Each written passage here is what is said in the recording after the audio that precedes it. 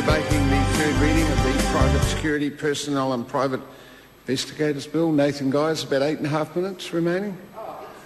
Nathan Guy.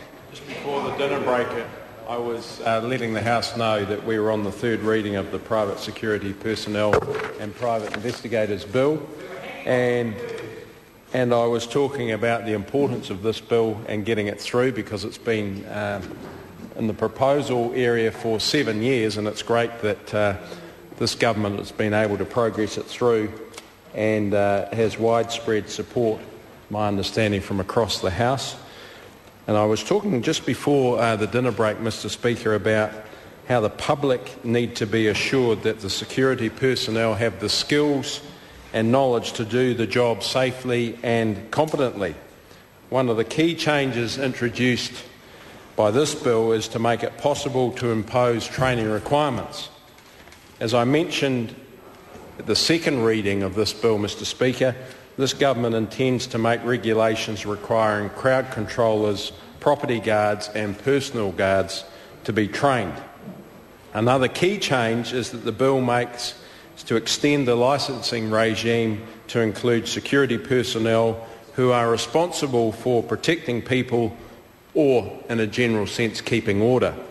This addresses a significant gap in the current regime and will be important for the safety and success of major events such as the Rugby World Cup, little under 12 months away.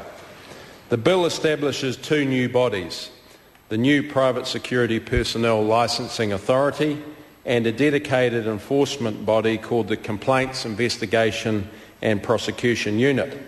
These two bodies will work together to improve overall compliance.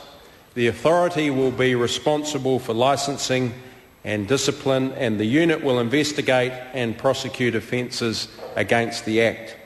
The bill also aims to improve compliance and deter unlicensed operators by updating offences and increasing penalties.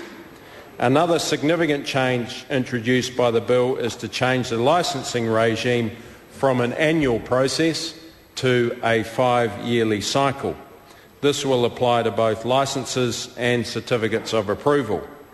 Instead of having to make a full application each year to renew a licence or certificate, there will be a much simpler process.